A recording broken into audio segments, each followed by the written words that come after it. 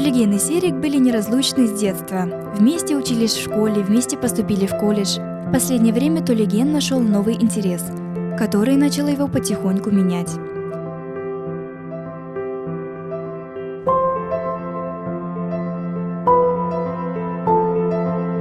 Заинтересованный новыми идеями, Тулеген все больше углубляется в радикальные религиозные учения. Серик замечает увлечение друга, но предпочитает оставаться в стороне, думая, что это просто увлечение и со временем пройдет.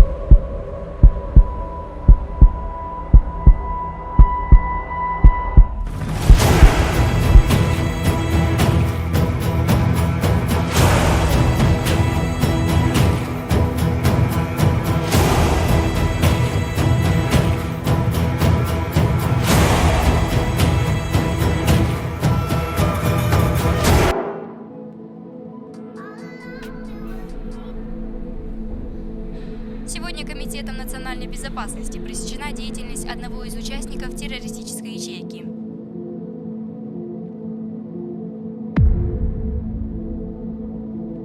Серик понял мотивы своего друга и пожалел, что никому об этом не сказал, ведь было уже поздно.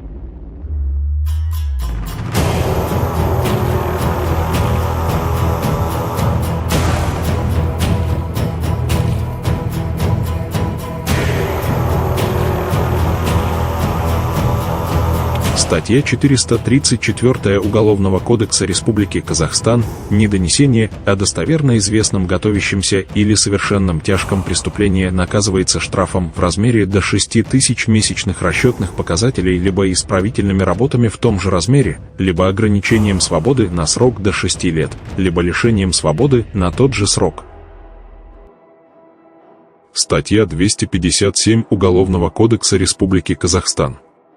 Создание, руководство террористической группой и участие в ее деятельности, участие в деятельности террористической группы или в совершаемых ею актах терроризма наказывается лишением свободы на срок от 8 до 12 лет с конфискацией имущества.